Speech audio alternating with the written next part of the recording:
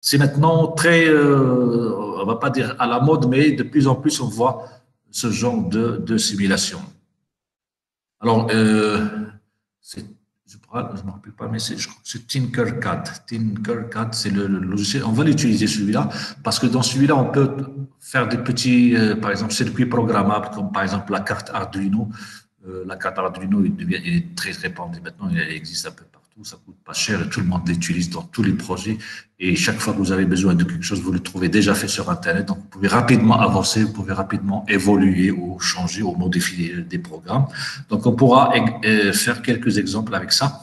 Donc, nous, notre module, c'est l'électronique, c'est pas les circuits programmables, les microcontrôleurs, mais on peut toujours associer de l'électronique à la carte Arduino pour faire quelques mini-projets.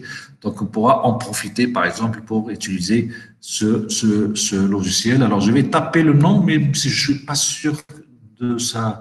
Alors, c'est www.tinker, je pense. Tinker. J'essaie de l'écrire.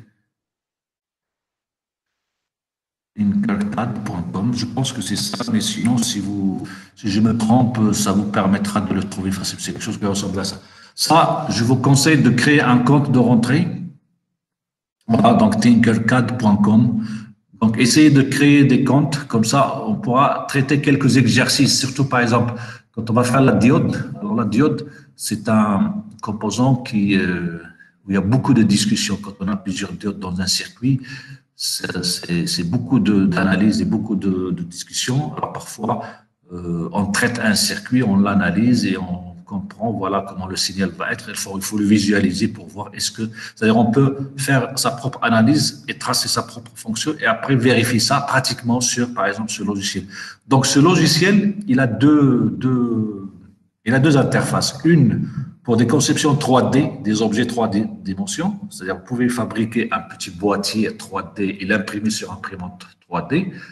À savoir que sur les locaux de la FST, il y a pas mal d'imprimantes 3D. Il y a les Fab Labs, les gens qui sont déjà passés par la FST, donc ils savent qu'il existe un laboratoire Fab Lab avec des imprimantes 3D. Donc vous pouvez en profiter selon. Donc, je ne sais pas si c'est réservé à qui, mais en général, tout le monde peut en profiter. Donc, par exemple, si vous faites un projet, un circuit électronique, vous pouvez lui faire un petit boîtier en 3D et après l'imprimer.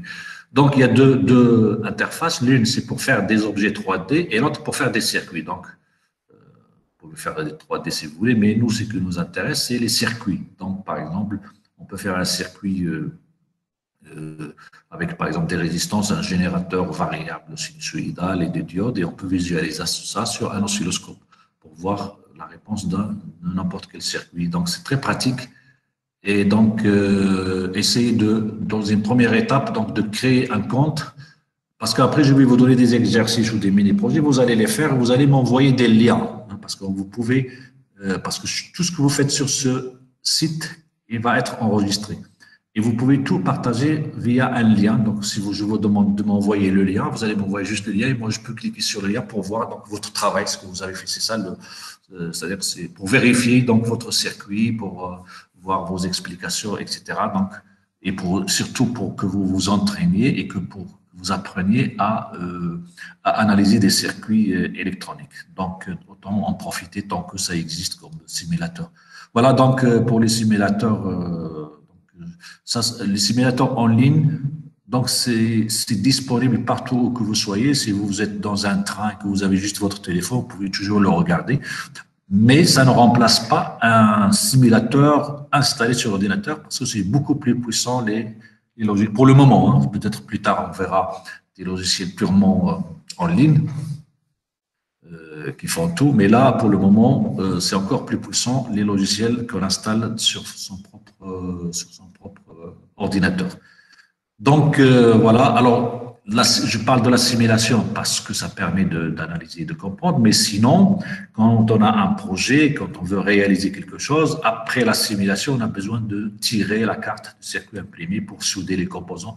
Alors, en général, ces circuits, ils font ça. Donc, vous pouvez aussi ça.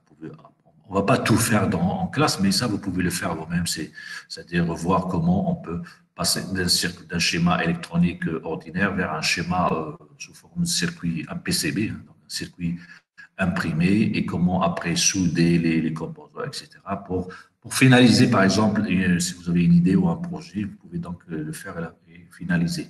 Alors, pour les circuits imprimés, normalement, donc, on imprime les pistes, c'est-à-dire les pistes en cuivre qui servent de fil électrique sur une carte, et après, il faut souder les composants. Alors, cette impression de carte, normalement, ici au laboratoire de génie électrique, on a une carte, mais malheureusement, il ne fonctionne pas très bien. Je ne sais pas, parce qu'on a utilisé les cartes qu'on a achetées ici ne sont pas de bonne qualité, ce qui fait que.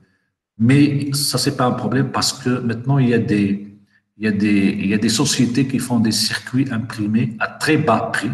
C'est vraiment pas cher. Et que si vous avez, par exemple, des idées que vous voulez les transformer en un objet concret réalisé, vous pouvez envoyer votre schéma, votre PCB sous forme de schéma. Vous payez, c'est pas très cher, hein, c'est-à-dire quelque chose de vraiment à la portée de tout le monde. Et vous pouvez avoir 1, 2 ou 5 ou 10, ça dépend combien vous voulez de cette carte, et elle vous sera envoyée. Mais bien sûr, ça prend un peu de temps parce que en général, c'est des sociétés qui se trouvent en Chine. Mais ça résout énormément le problème. Sinon, il y a des possibilités de faire, de bricoler des circuits imprimés chez soi ou même à la fac, donc au Fab Lab, etc. On arrive des fois à faire des circuits. Ça, donc, c'est intéressant pour faire des projets, pour réaliser des choses, pour les finaliser. Parce que l'électronique, c'est pas suffisant de faire uniquement du cours, des théories. Même les TP, c'est pas suffisant. Il faut faire des projets. Et par expérience, les étudiants qui participent au projet, qui travaillent sur des projets, ils décrochent des emplois plus rapidement que les autres.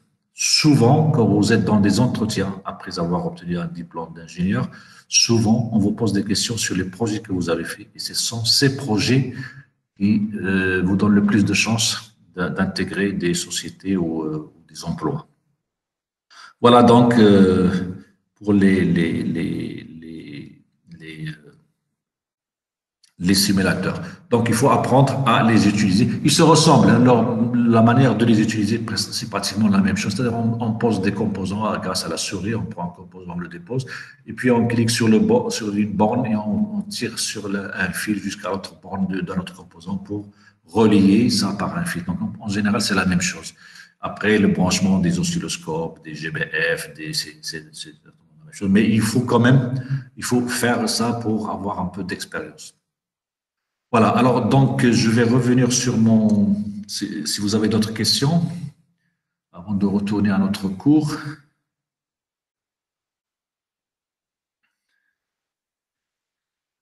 Alors je vais chercher, est-ce que j'ai mis mon cours? Voilà, il est là.